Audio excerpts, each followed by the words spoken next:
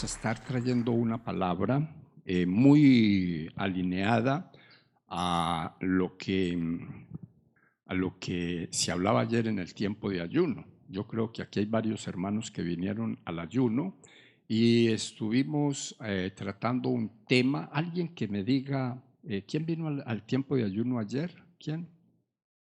Los hermanos, el hermano, ¿quién más? La hermana, Bueno, entonces, ¿qué tema se trató ayer en el tiempo de ayuno? Oiga, pues, yo pregunté primero quiénes para después preguntar qué. ¿Qué tema? ¿No lo recordamos? Ok. Protegiendo ¿a quiénes? A nuestra familia. ¿Sí? Ahora, ese tema que se declaró ayer sobre esta casa, sobre los que estábamos, pero también para todos nosotros, el Señor me dijo que se lo diera a todos los que estuviésemos hoy, ¿sí? ¿Por qué? Porque todos somos producto de una familia, todos tenemos una familia, ¿cierto? Y no estoy seguro, pero de lo que le voy a decir estoy muy convencido por la palabra y por mí mismo, o sea, por mi testimonio, de que el anhelo más grande que hay en todas las personas que llegan a la iglesia y entran a ser creyentes en Jesucristo y que de creyentes en Jesucristo pasan a ser cristianos y que de cristianos pasan a ser discipulados y que después de discipulados pasan a ser hijos del reino, o sea, hijos del rey. Yo creo que todos los que estamos acá hemos dado esos pasos, ¿sí? Primero, ¿primero qué? Creyentes. Después de creyentes, cristianos. Después de cristianos, discipulados. Después de discipulados, hijos del reino. O sea, nosotros somos hijos del reino. Levanten toda la mano todos los que no sienten ser hijos del reino. O sea, todos, todos. ¿Sí? No, yo trabajo psicología inversa porque uno dice levanten la mano y muchos se quedan así sabiendo que sí. ¿Ve? Pero cuando yo digo que los que no, entonces los que sí quedan con la mano abajo y eso me deja entender a mí que la palabra es para todos. ¿Sí me la entendieron, no? Entonces, el día de ayer nosotros trabajábamos en ese tema y hoy yo quiero colocarle un subtítulo a ese tema para que no vaya a sonar como un refrito. A mí no me gusta dar refrito, a mí me gusta procurar siempre dar una palabra fresca para que la iglesia que ya la escuchó entonces no quede como que, pues otra vez de lo mismo. No, aunque la palabra, según la misma Biblia, según el mismo Señor Jesucristo, la palabra toca estarla repitiendo cada que se tenga la oportunidad para que los corazones donde llega esa palabra por segunda, tercera, cuarta, quinta vez, entonces esa palabra produzca el fruto que según el libro de Isaías debería producir, ¿sí? En el día de ayer se estuvo tratando o se estuvo buscando un fruto y el fruto de ayer era protección para la familia, lo que quiere decir que para proteger la familia es absolutamente necesario volverse uno un expertise, o sea, volverse experto en la guerra espiritual. ¿Sí? ¿Por qué? Porque la familia es atacada todos los días de manera espiritual, aunque sea a través de gente, porque los espíritus usan la gente para atacar la familia, ¿sí? Y los espíritus usan la gente, y si usted no me la cree, pues eso es solamente que usted se mire interiormente y usted se da cuenta que está siendo atacado o está atacando a otros. Es un espíritu el que entró a tomar el control de la vida de la persona para irse en contra de otra persona que hace parte de una familia. ¿Cuántos me entienden esa? ¿Sí? Pues mire, en el día de ayer se estaba hablando acerca de Nehemías capítulo 4, verso 13 al 14, ¿sí? Esa palabra dice muchas cosas, pero para poderla entender toca tratar de ir a la parte de atrás del texto y de esa manera uno entender por qué se escribió esa palabra, ¿sí? Cuando uno se va a la parte de atrás de ese texto, o sea, como que al capítulo 1, uno encuentra a Nehemías trabajando para el rey, ¿sí? Y trabajaba para el rey y tenía un cargo nada apreciable de pronto por mucha gente, pero ese cargo lo tenía gente que era de mucha confianza en el palacio, dado que a los reyes, y hoy por hoy yo me imagino que seguramente sigue siendo muy igual o muy parecido, a los reyes siempre procuraban matarlos, ¿sí? Procuraban envenenarlos, procuraban sacarlos del camino a través de una muerte premeditada por alguien, ¿ya? Entonces este hombre era la persona que probaba el vino, que probaba el alimento antes de que el rey pusiera eso en su boca. O sea que si eso tenía alguna clase de veneno, el primero que se moría era el copero. ¿Sí? Para que ustedes me entiendan entonces él era una persona muy importante dentro del palacio, porque era como un guardaespaldas para el rey, ¿ya? Entonces, ahí en ese caso, mire usted el contexto de esa palabra que vamos a leer, en donde dice las Sagradas Escrituras que un día Nehemías, siendo el copero del rey, hombre de confianza en el palacio, le llegó gente de Tierra Santa, ¿sí? Le llegó gente de Israel y él le preguntó, ¿cómo están mis hermanos? No estaba hablando de hermanos de sangre, sino del pueblo en general. ¿Cómo están ellos? Y entonces este hombre le traía una noticia muy mala, ¿sí? Y la noticia muy mala era de que habían tumbado los muros y habían quemado las puertas, ¿ya?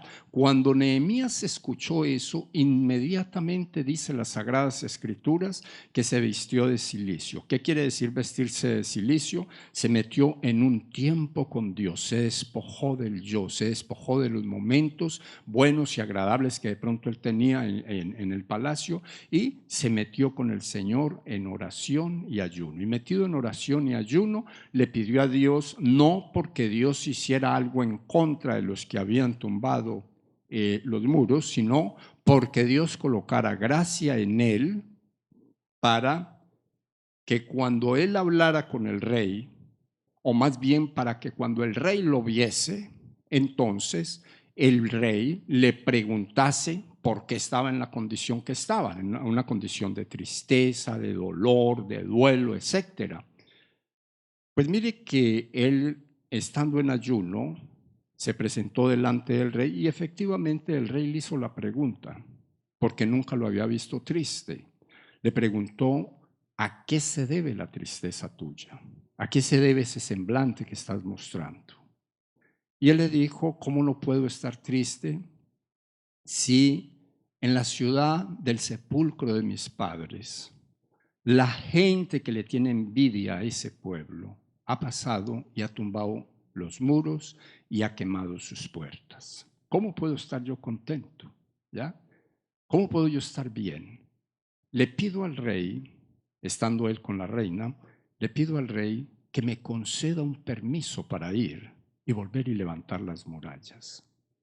Dice la Biblia que Dios colocó gracia en Nehemías y colocando esa gracia en él, le concedió el permiso. Solo hubo una pregunta: ¿cuánto tiempo se va a estar allá haciendo esa encomienda? No dice que él le dijo tantos días, pero al final de la construcción de los muros, dice las Sagradas Escrituras que ese trabajo le llevó 52 días hacerlo, lo que quiere decir que él se fue con un permiso de 52 días, ¿ya? Estando él allí ya en tierra, en Israel, entonces se presentó algo muy interesante y es que cuando él llegó a Israel y dijo lo que iba a hacer y que iba enviado por Dios para hacer eso, que iba a volver a levantar los muros que protegían a las familias de Israel, que iba a volver a levantar las puertas que protegían la intimidad del pueblo de Israel. Entonces hubo gente que se puso muy brava. ¿Sí? Hubo gente, capítulo número 2, verso 10 del libro de Nehemías, dice que hubo gente que se puso brava al punto de enojarse porque alguien se había interesado por el bien del pueblo judío, ¿sí? Y eso que dice la palabra allá, entonces, da pie para lo que sigue en la escritura, para el texto bíblico que escogieron los pastores Alex y Paola para el día de ayer, ¿sí? Para el día de ayer de ayuno, y que yo cojo ese texto bíblico para colocarlo en usted. ¿Por qué? Porque esa palabra dice que allí se levantaron enemigos de la obra de Dios, enemigos de la paz y la tranquilidad del Señor. Y esos enemigos que se levantaron, el uno se llamaba Sanbalat, el otro se llamaba Tobías, y una etnia espiritual y religiosa que había alrededor de ellos que se llamaban los árabes, ¿sí? Según de donde uno lo lea. Entonces, ellos se levantan en contra no de Nehemías, sino del propósito de Dios. Y todo el que se levanta en contra del propósito de Dios pierde. O sea, contra el propósito de Dios nadie puede pelear y ganar. Puede que pelee, pero no gana, ¿sí? Ahora, les digo eso para decirles lo siguiente. Cuando estos hombres se levantaron, ellos se levantan, pero a la vez contaminan a muchos del pueblo para que vengan en contra de lo que Nehemías está procurando hacer junto con el pueblo que lo acompañó, ¿ve? Que lo acompañó en la visión de levantar los muros, ¿ya? Hay algo que me llama muchísimo la atención resaltar en esto y que me parece muy pertinente, lo escuchemos todos los que estamos acá, porque cuando Nehemías se da cuenta que eso sucede, entonces todo indica que él reunió a las personas que lo estaban acompañando en la visión y les dijo: no vamos a declinar, porque es más poderoso el Dios que está con nosotros y que nos ha mandado a hacer esto que lo que ellos puedan hacer, ¿sí?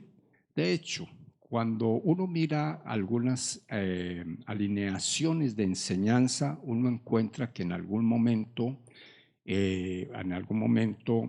el pueblo fue atacado, porque el pueblo de Dios siempre es atacado, ¿ya? Si usted no es atacado, mire a ver si es pueblo de Dios o no. El pueblo de Dios siempre es atacado porque el diablo ataca a sus enemigos. Y después de que nosotros confesamos fe en Cristo Jesús, nos volvemos enemigos del diablo, ¿sí?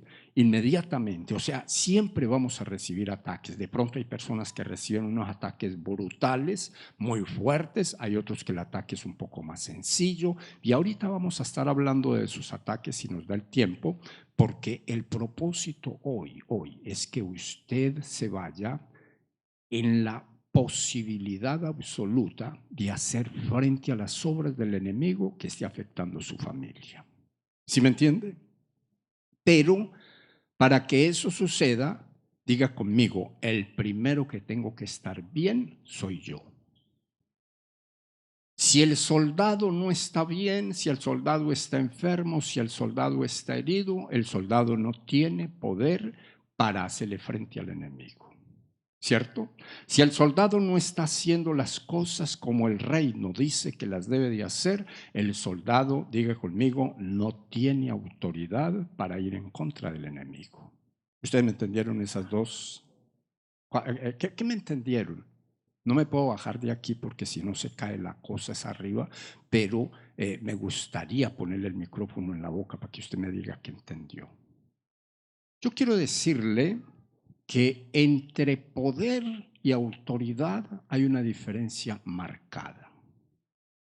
El poder lo mete Dios en nosotros. La autoridad es la consecuencia de nuestro testimonio. Si yo no tengo buen testimonio, no tengo autoridad para ejercer el poder que Dios ha metido en mi vida. ¿Entienden esa? En el caso de Nehemías, él había recibido el poder y tenía la autoridad. O sea, era una persona muy bien vista y escuchada por el pueblo. Cuando él se levanta y les dice, mire, lo que está diciendo esta gente está trayendo menosprecio al trabajo que nosotros estamos haciendo. Ahora, ¿por qué? Porque Tobías dice, ni se preocupen por lo que ellos están haciendo. Lo que ellos están haciendo, o sea, los muros que están levantando, eso sube por ahí una zorra, un animal liviano. Sube una zorra y se los tumba. O sea, lo que quiere decir que con el viento se cae. ¿Ya? Pero no se preocupen por eso, porque el que nos mandó a hacer esto es Dios y Dios le da la fortaleza al que edifica y la calidad de lo que se hace. ¿Cuántos me entienden esa? ¿Sí?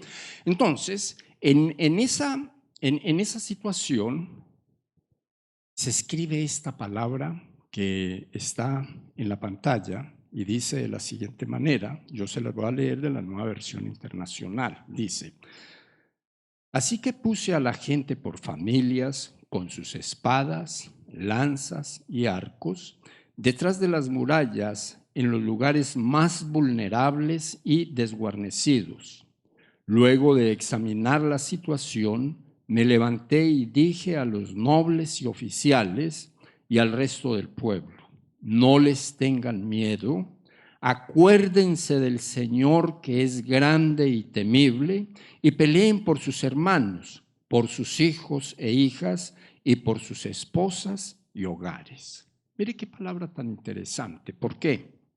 Porque cierto es que esta palabra ahí donde está sonando para hacerle frente a un enemigo en el orden literal. O sea, Sanbalat, Tobías y los árabes venían en contra de ellos para tumbar el muro, ¿sí?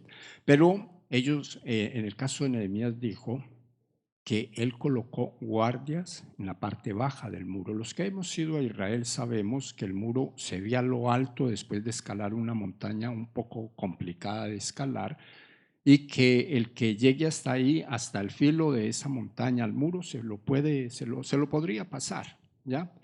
Pero en el caso de Nehemías colocó la guardia abajo de esa montaña para que nadie pudiese siquiera acercarse al muro, ¿sí? O sea, es una cosa para uno desarrollarla en el espíritu.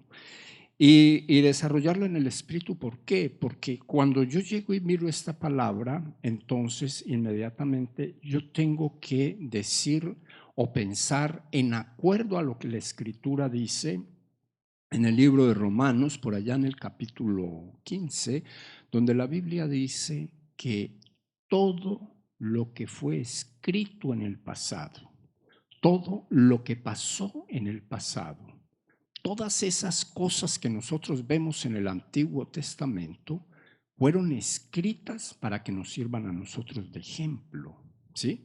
O sea, queriendo decir eso, que en el orden espiritual esas cosas pasaron allá y que nosotros hoy, después de tantísimos años que pasó eso, nos puede servir de enseñanza, porque nuestra guerra no será contra esas personas, pero sí contra los espíritus que operaron en esas personas y las llevaron a hacer lo que hicieron, ¿sí?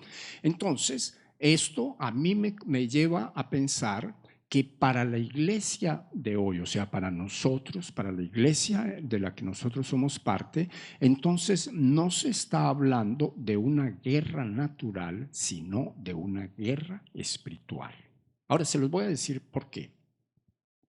Primero que todo, porque en la Biblia, en el libro de Efesios, dice que la lucha suya no es contra Sanbalat, no es contra Tobías, no es contra los que vengan con Tobías, no es contra ellos, no es contra carne ni sangre, no es contra su esposa, no es contra su esposo, no es contra sus hijos, no es contra su vecino, no es contra la persona de la empresa.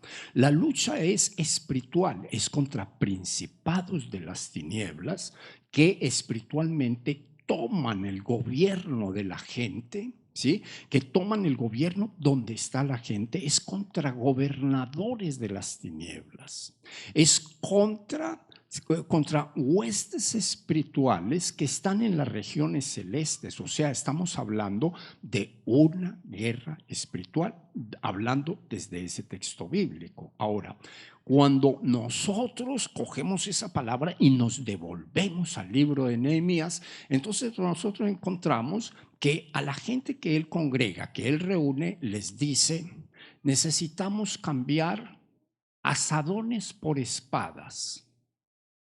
Necesitamos cambiar las hoces, necesitamos cambiarlas, necesitamos cambiar las hoces por arcos, ¿sí? Necesitamos tener en la mano armas de guerra, armas que nos sirvan a nosotros para cosas como, por ejemplo, ¿sí? Cuando nosotros miramos esa palabra de cambiar el asadón es un instrumento de trabajo, ¿sí? Es un instrumento que se usa en la agricultura preferencialmente.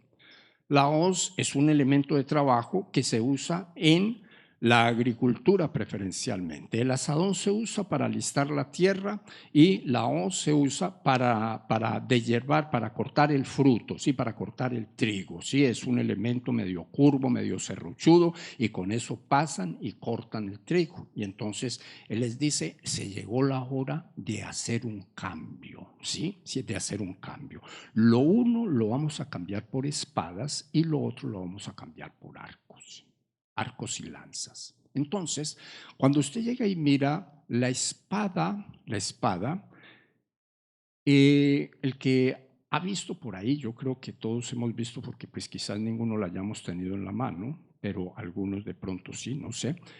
La espada es un instrumento de guerra, pero es una guerra muy física, en donde está uno, mejor dicho, que un descuido y lo chuzan es a uno, ¿cierto? Porque eso es un ir y venir, el uno tiene y el otro también tiene, y están separados de la distancia la espada, ¿sí? Ahí el que sea más hábil es el que chuza, ¿sí? La lanza tiene a la persona a cierta distancia. ¿Por qué? Porque la lanza es más larga, ¿sí? Y cuando hablamos nosotros del arco, estamos hablando de flechas, entonces las flechas sí que ponen a la gente mucho más lejos, ¿sí? Pero mucho, mucho más lejos, ¿ya? ¿Por qué? Porque el arco es… ¿cuántos de ustedes llegaron a matar pájaros con una cauchera? El hermano, ¿sí?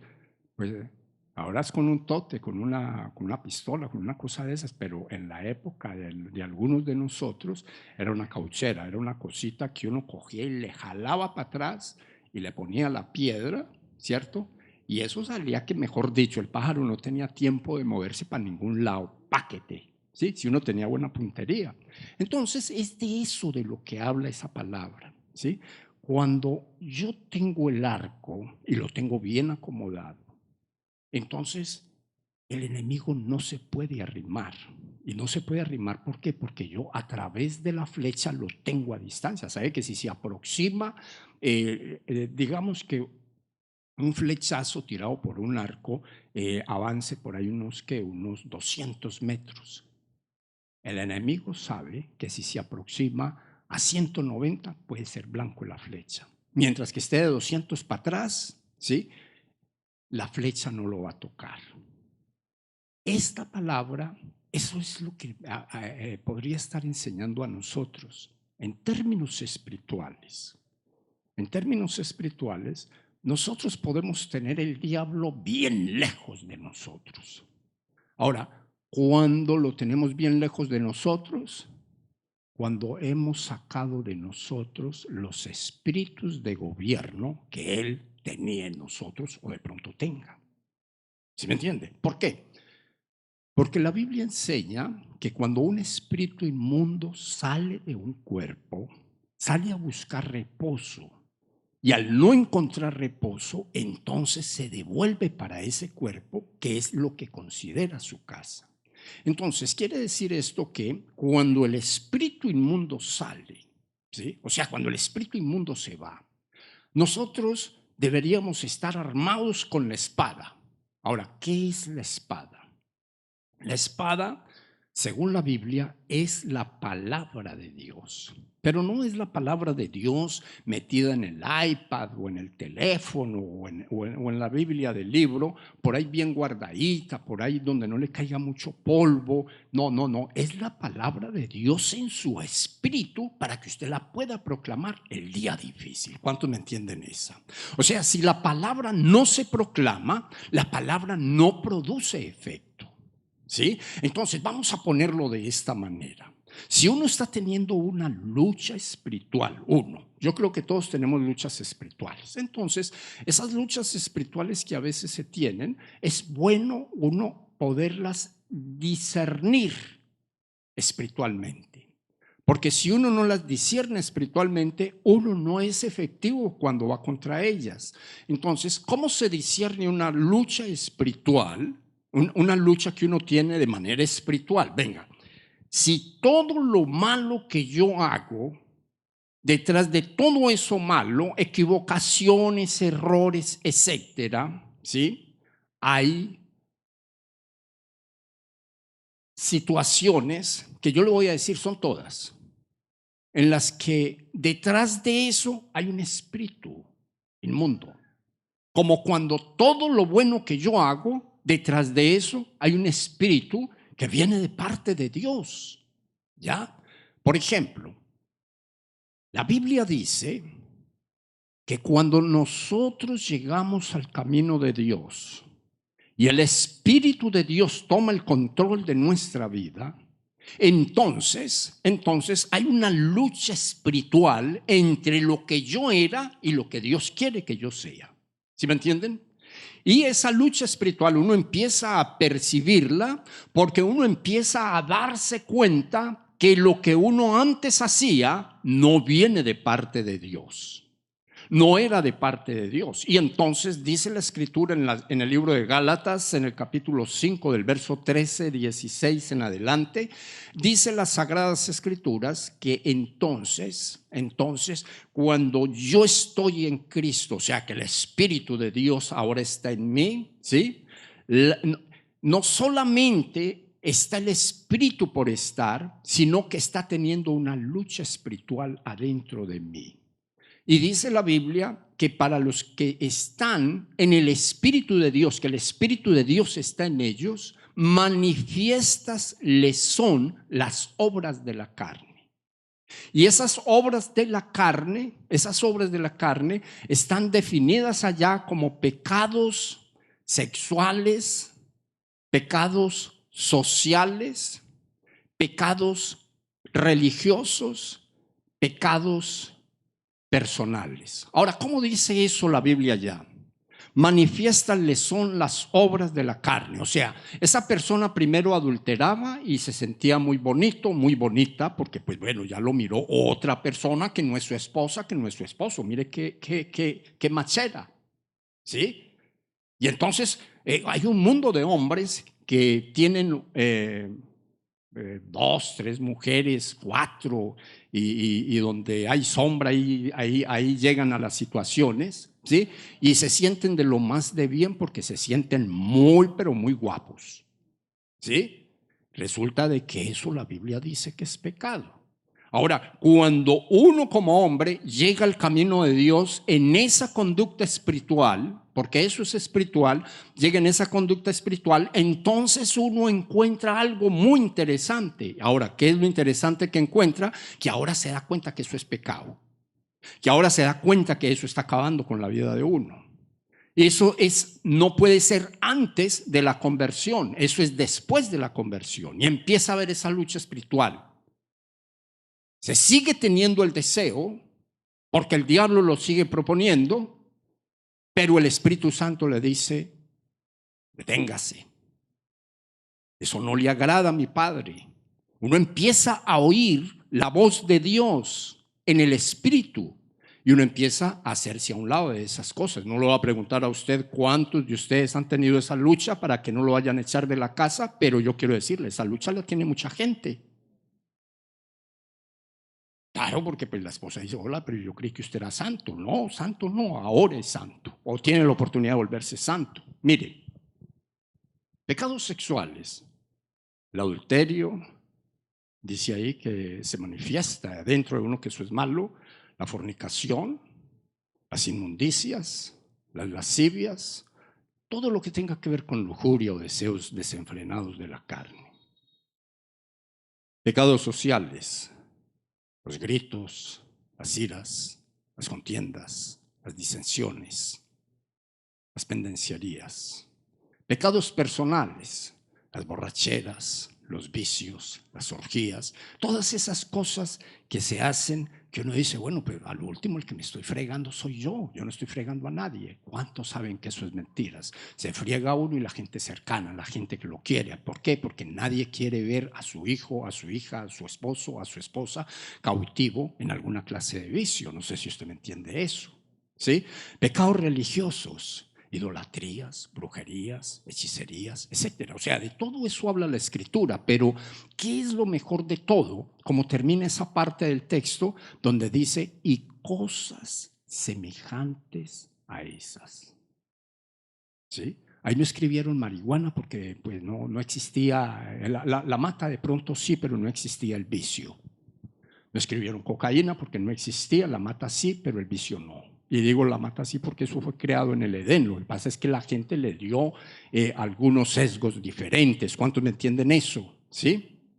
Pero dice que cuando yo llego a Cristo Jesús y el Espíritu de Dios viene a mí y se manifiesta en mi espíritu, entonces empiezan a haber unos cambios sobrenaturales porque el Espíritu de Dios viene y trae el fruto, ¿sí?, del amor. Yo quiero decirle, para que haya amor, primero, para que haya fruto de amor, primero tiene que haber una semilla sembrada en uno. Y la semilla se la pueden sembrar a uno en un culto como este. Ustedes me entienden esa, ¿verdad? ¿Cuántos hacen parte de una familia en esta casa que tiene que empezar a pelear espiritualmente? No vaya a agarrar allá a su esposa a cantazos. Tiene que empezar a pelear espiritualmente para que haya un cambio en su esposa y haya manifestaciones de amor de ella hacia usted, de ella hacia sus hijos, de usted hacia ella, de usted hacia sus hijos. Y eso, yo quiero decirle, eso no se consigue sino peleando espiritualmente. Cuando nosotros venimos a la historia de Nehemías, entonces nosotros encontramos eso espiritualizado, ¿sí? Y lo encontramos espiritualizado, ¿por qué? Porque en el texto nos deja ver cuando dice, no le tengan miedo a nada, porque Dios peleará por ustedes. Usted sabe que Dios pelea en el espíritu. ¿Cuántos saben eso? Nosotros podemos estar en la chuleta, pero es Dios el que pelea en el espíritu. Es Dios el que lo hace. Es Dios el que entrega la victoria.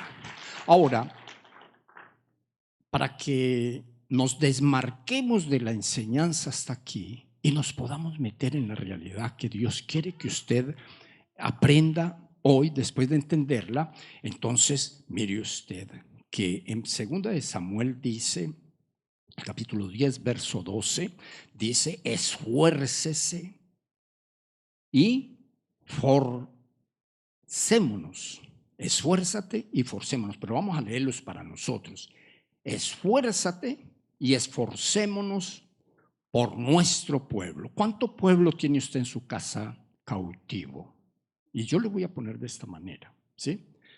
Nosotros ya somos creyentes viejos, ¿cierto? De pronto no de edad, pero ya tenemos siquiera unas 3 semanas sirviéndole a Dios. Ya estamos entre los viejos. Pero ¿cuántos de nosotros tenemos cautivos en la casa que se quedaron cautivos cuando nosotros salimos? o los tenemos cautivos porque no ven el cambio en nosotros. ¿Entienden ahí? ¿Sí me entienden eso? O se quedaron cuando nosotros salimos, o nosotros salimos un poquito, pero todavía tenemos evidencias del pasado en nuestra conducta, en nuestro comportamiento.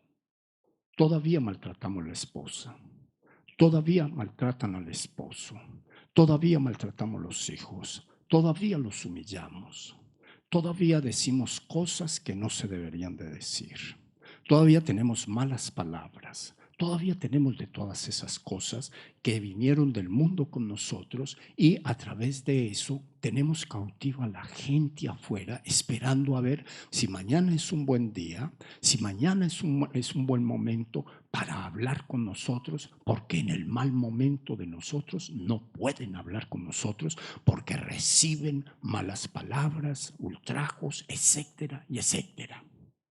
¿Usted sabía que para salir de esos cautiverios o sacar a la gente de nosotros de esos cautiverios, lo primero que tiene que pasar es que nosotros entendamos que eso que está dentro de nosotros no sale a las buenas, eso sale a patadas y lo saca Dios? Pero para que eso pase, tenemos que estar armados con la espada del Espíritu, que es la palabra. Para que cuando vengan las cosas aquellas que a veces llegan a molestar, nosotros las podamos reprender con la palabra. Nosotros podamos proclamarle la palabra a esas cosas. Nosotros podamos decir en Cristo Jesús soy más que vencedor y el enemigo no puede seguir manipulando mi vida ni a través de vicios, ni a través de engaños, ni a través de ninguna forma que quebrante la palabra de Dios y la paz de mi casa. Yo todo lo puedo en Cristo Jesús porque Cristo Jesús es mi fortaleza.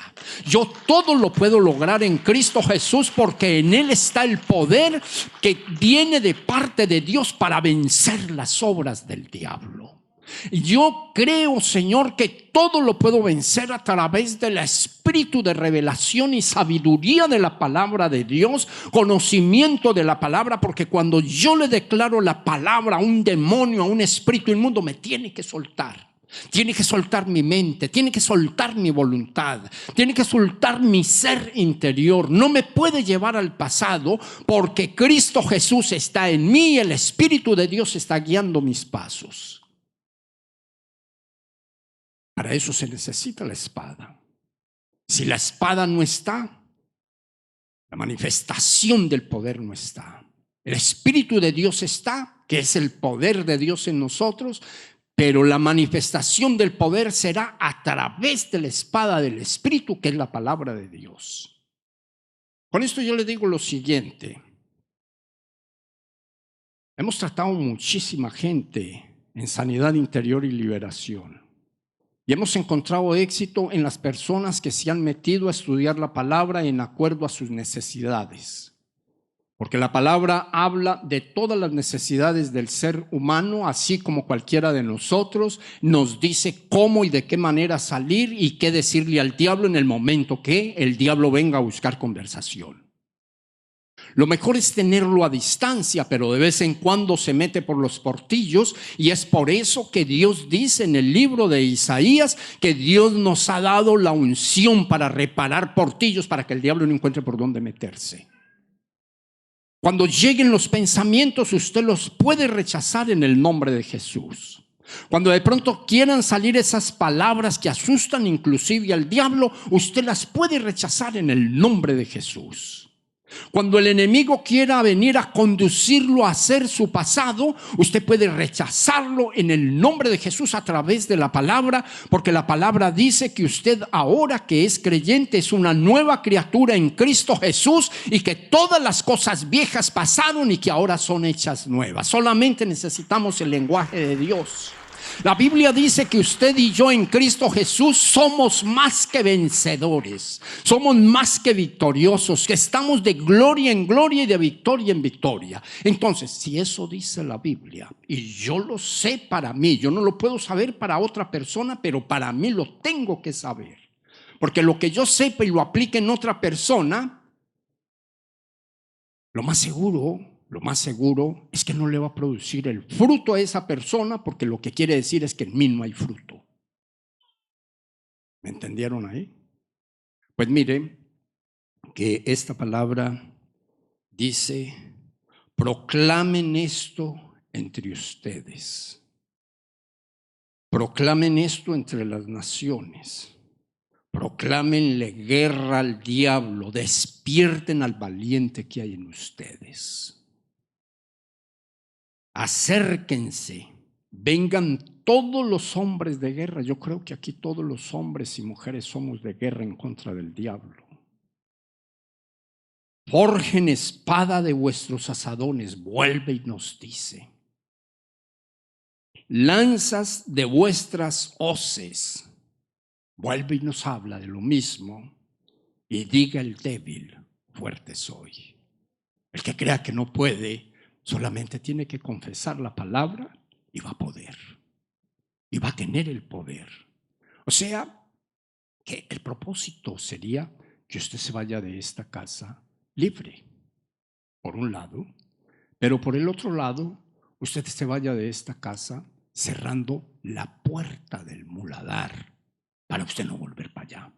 Usted sabe que esa fue una de las puertas que se reconstruyeron, que se levantaron en el muro, que Nehemías fue a levantar de nuevo, o sea, fue a sacar de los escombros. Son muchas las personas que llegan a Cristo Jesús y no cierran esa puerta y se la pasan para adentro y para afuera. La puerta no tiene ni siquiera tranca. No sé si usted me alcanza a entender la ilustración, pero en los comedores regularmente hay esa puerta que abre para adentro y abre para afuera, ¿cierto? Y la abren con el pie, ¿ya? Un empujoncito y va para adentro o va para afuera, ¿ya? ¿Por qué? Porque la gente va ocupada con charoles, loza, comida, etcétera, y entonces no tiene la forma de utilizar las manos. Entonces, con el cuerpo abren la puerta, cierran la puerta. Espiritualmente, ¿qué quiere decir eso? A veces el diablo ocupa la vida de la persona con todo su pasado, ¿sí? La mantiene ocupada, lo suficientemente ocupada para que no pueda encontrar la puerta por donde se tiran los desechos, la puerta del muladar. Hoy esa puerta tiene que abrirse un poquito y usted echará afuera todas las cosas que sea necesario echar para que su vida entonces pase de creyente a cristiano, y si está en cristiano entonces pase a discipulado, y si usted está discipulado entonces usted se vaya de aquí siendo un hijo del reino. ¿Cuántos me entendieron eso hasta ahí? ¿Cuántos me lo entendieron? Ahora la pregunta sería, y es una pregunta así un poco atrevida, ¿no? Pero, ¿cuánto le tiene miedo al diablo? ¿Cuántos se sienten incapaces de pelear contra una situación que ha hecho gobierno en sus vidas y que ustedes ven que están gobernando en su casa y se sienten incapaces? Pues mire usted que la Biblia dice: Jehová vuestro Dios, el cual va delante de vosotros, Él peleará por ustedes. Y mire usted que dice: conforme a todas las cosas que hizo por vosotros en Egipto delante de vuestros ojos. O sea que a usted ya le consta, a todos nos consta que verdaderamente Dios es poderoso. A todos nos consta que verdaderamente en Dios hay poder para destruir fortalezas, para destruir pasados, para darle fuerza al que no tiene ninguna, para fortalecer a cada uno de los que estamos en esta casa y los que están escuchando a través de la red. Dios tiene el poder. Ahora, el punto es que nosotros lo podamos usar. ¿Por qué? Porque sería muy interesante, supremamente interesante, que usted se vaya de aquí pensando de esta manera: necesito pelear por los de mi casa. Necesito proteger mi familia. Necesito abogar por los míos. Necesito pararme en la brecha por los de la casa. Necesito hacerlo. Yo ya estoy en el reino. pero quiero que los más de mi casa lleguen al reino. Y cuando digo los más de mi casa, hablo no solamente de esposa e hijos. Los esposa e hijos deben de estar en la casa ya, pero si no está, toca pelear por ellos. Toca tener doctrina preventiva para que el diablo no afecte nuestra casa. Pero si ya la afectó, toca arrancar a nuestra familia de donde el diablo la tenga metida y traerla a los pies de Cristo para que pasen de ser creyentes a ser cristianos. Ese es un procesito largo. Que pasen de ser cristianos a ser discípulos. Es un proyectico largo. Y de ser discípulos a ser hijos del reino. Yo no sé en dónde usted se encuentre. Hay mucha gente que se encuentra en creyente. Nunca han podido avanzar a cristianos. En otra oportunidad yo les digo cómo se diferencia el uno del otro a través de la escritura. Pero por hoy yo le digo, usted tiene que llevar en su espíritu que usted no se puede conformar con menos que ser o pasar a ser de donde usted esté, a ser un hijo del reino. Y de esa manera le hace honor a lo que dice la Biblia en el libro de Juan, capítulo 1, versículo 12 y 13. Esto no es por voluntad de hombre. Esto no es por voluntad humana. Esto es por el poder que Dios ha colocado en nosotros. Es por el poder y participación del Espíritu Santo que el Señor Jesucristo nos ha dado potestad de ser hijos de Dios. Lleve eso en su corazón y empiece a mirar a su familia. Y los que tienen los niños chiquitos, yo les enseñaba ayer en la iglesia por qué yo hoy puedo contarles a ustedes con la cara erguida y mirándole a los ojos, porque mis hijos no tocaron el mundo. ¿Sabe por qué no lo tocaron? No porque nosotros fuéramos pastores. A los que más les tira el diablo es a los hijos de los pastores. No porque nosotros fuésemos líderes de una comunidad de fe. No, el diablo le tira a esos para tratar de enmudecer el mensaje. ¿Sabe por qué? Ellos no saben, nunca lo vieron. Pero nosotros, con la mamá, cuando ellos se iban para la escuela, ellos salían acompañados de ángeles. O sea, nosotros los mandábamos con ángeles. Ellos nunca. Si yo le pregunto a David o a Damián o a Juan Francisco, que están aquí ahorita, o al pastor Alex o a Marta Lucía, ellos nunca vieron a los ángeles detrás de ellos, pero se dieron cuenta que actuaron a favor de ellos en momentos complicados. Cuando la tentación vino, porque todos somos tentados, los ángeles estaban actuando. ¿Y sabe por qué actuaban? Porque papá y mamá no los dejaban ir para la escuela sin los ángeles. Ellos lo sabían. Ellos desayunaban y chao papi, chao mami, hasta luego, y se fueron. Pero nosotros les colocábamos los ángeles guardianes para que fueran.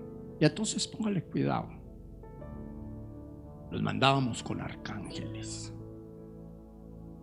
Ellos nunca vieron a los arcángeles ahí al lado de ellos, pero ellos iban. Los mandábamos con serafines. Tampoco los vieron, pero ahí iban. Los mandábamos con querubines. Tampoco los vieron, pero iban con ellos. Imagínense usted, con esa guardia espiritual, ¿quién se le acerca a un muchacho? Cuando los ángeles traen el mensaje fresco de Dios y lo depositan en la persona, para que la persona sepa lo que sigue después de. Cuando los arcángeles están alrededor de ellos peleando para que el enemigo no los pueda tocar. Cuando los serafines están trabajando dentro de su corazón para que de su corazón no salgan palabras deshonestas, consecuente a que las han escuchado, pero no han podido entrar, porque ese es el oficio de los serafines. Cuando salen en la presencia de Dios para su casa y regresan de su casa y salen y llegan en la presencia de Dios de regreso a su casa, porque los querubines están protegiendo esa presencia. O sea, yo le quiero enseñar a usted, iglesia, eso. Si usted está bien con Dios, usted puede pelear por sus problemas y por los problemas de su familia. Le voy a concluir leyendo en esta parte de la palabra, que con ella quiero concluir. En ella dice de la siguiente manera, muestre a ver si la escribí, si no me toca se la saqué de cabeza. No, sí la escribí. Hoy quería ser muy textual con ustedes. Dice la palabra de Dios: no endurezcáis pues ahora vuestra cerviz como vuestros padres. Someteos a Jehová y venid a su santuario, el cual él ha santificado para siempre. Y servid a Jehová vuestro Dios, y el ardor de su ira se apartará de vosotros. Porque si os volviereis a Jehová, vuestros hermanos y vuestros hijos hallarán misericordia delante de los que los tienen cautivos y volverán a la iglesia. ¿Cómo le parece esa palabra? ¿Cómo le parece esa palabra? Como diría el Chavo del Ocho, ¿cómo le quedó el ojo? Mire, que cuando usted lee esa palabra, la deja ir a su espíritu. ¿Sabe qué es lo primero que yo entiendo? Que en mí está el poder para salvar a mi familia. En mí está el poder para salvar, para traer a la salvación a mis hijos, para salvarlos de lo que el enemigo de pronto esté tratando de hacer con ellos, que están cautivos en cualquier cosa que sea. En usted como padre, en usted como madre, según esta palabra, está el poder. Ahora, ¿por qué está ese poder? Porque en usted está el Espíritu de Dios. ¿Por qué en usted está el poder? Porque usted tiene la autoridad. ¿Por qué en usted está el poder? Porque usted tiene el dominio espiritual de esa persona que es su hijo, porque usted es autoridad sobre él. Pero vamos a ir un poquito más allá. Si es su esposa o si es su esposo y esa persona está descarrilada, si usted es la esposa, en usted está el poder para que esa persona venga a los caminos de Dios, porque usted es autoridad espiritual sobre esa persona. Independientemente de que usted sea la mujer, independientemente de que la palabra dice de que usted se tiene que sujetar a su marido y eso, pero nunca se le olvide, usted se sujeta si su marido está sujeto a Cristo. Si él no está sujeto a Cristo, él se tiene que sujetar al poder que está en usted. Usted no me entendió. Yo de mujer, me parece que no puedo hablar como mujer, pero de mujer hubiese dicho gloria a Dios.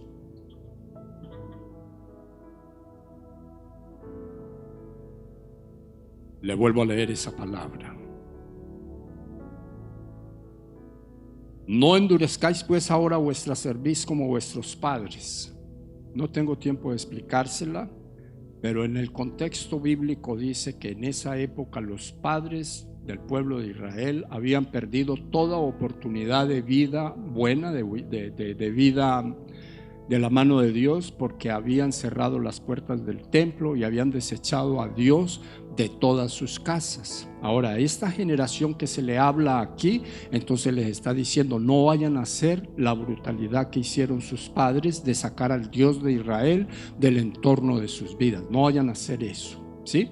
Por el contrario, sométanse a Jehová y vengan a su santuario. Por el contrario, sométanse a Jehová y vengan a Cristo Jesús, que es el santuario del Dios Todopoderoso. Esta casa es un sitio de congregación. El santuario se llama Jesús de Nazaret, nuestro sumo sacerdote, el cual Él ha santificado para siempre, y sírvanle a Jehová vuestro Dios. Porque si ustedes se vuelven a Jehová, vuestros hermanos, vuestros hijos hallarán misericordia delante de los que los tienen cautivos. ¿Sabía una cosa? Que hay mucha gente que está cautiva en el mundo de las drogas, del alcohol, de la prostitución, de las mafias, de cuánta cosa rara hay por ahí inventada por el diablo y traída a esta tierra. Pues llega el momento de la misericordia del Dios Todopoderoso, y cuando menos piensa, esa gente los empieza a sacar de sus sitios, porque son seres espirituales los unos y los otros, los que están sometidos y los que están sometiendo, y entonces empiezan a soltarlos de la misma manera que un día los que tenían cautiva el arca de Dios allá con los filisteos dijeron: esta arca no nos está trayendo sino problemas, echémosla para afuera, y terminan en la iglesia, porque su hijo es un arca de Dios, es un arca del Señor. Cuando menos piensa, esas personas empiezan a razonar distinto y empiezan a decir: la vida que estoy llevando no solamente está haciendo daño a mi vida, sino que está haciendo daño a mis padres, así como lo hizo el hijo pródigo. Estoy peleando contra Dios y estoy peleando contra mis padres, los estoy defraudando. Entonces decidieron regresarse. ¿Para qué? Decidió regresarse. ¿Para qué y por qué? Se decidió regresarse para sujetarse a la autoridad de sus padres, porque se dio cuenta que como estaba viviendo la vida, no debería vivirla. Ahora, ¿por qué sucede eso? Porque hubo alguien que se puso en la brecha a favor de ellos. Coloquémonos en pie y vamos a darle gracias a Dios. Vamos a pedirle al Espíritu Santo que de nosotros saque todas aquellas cosas que nos pueden impedir usar la autoridad que Dios nos ha dado para ir por nuestra familia, para ir por nuestra gente, para ir por nuestros amigos, para ir por los que están esclavizados por las obras del infierno. Levante su mano al cielo y dígale: Señor, yo en este momento estoy creyendo y declarando desde lo profundo de mi alma que tú, a través de tu palabra, estás ministrando sanidad y liberación a mi vida interior, y que el ministrar esa sanidad, oh Padre amado, y liberación, Dios de los cielos, me coloca en la buena dimensión de poder vivir mi vida de aquí en adelante sujeto, sometido a ti, a tu palabra, Dios eterno, sujeto a tus enseñanzas, a lo que dice tu palabra para mi vida. Hoy te pido, Dios de los cielos, que llenes mi vida de tu palabra para hacerle frente a las obras del diablo. Te pido, Dios eterno, que me des la sabiduría, me des la ciencia, me des la inteligencia para usar el poder sobrenatural que has metido en mí a favor de los de mi casa, a favor de mi esposa, a favor de mis hijos, a favor de todos, absolutamente todas esas personas que yo represento en esta tierra. Amén y amén. Que Dios los bendiga mucho, mis hermanos, que Dios los guarde, y entonces llévese la palabra en su espíritu. En usted está el poder para ponerse frente a Dios o delante de Dios a favor de los suyos.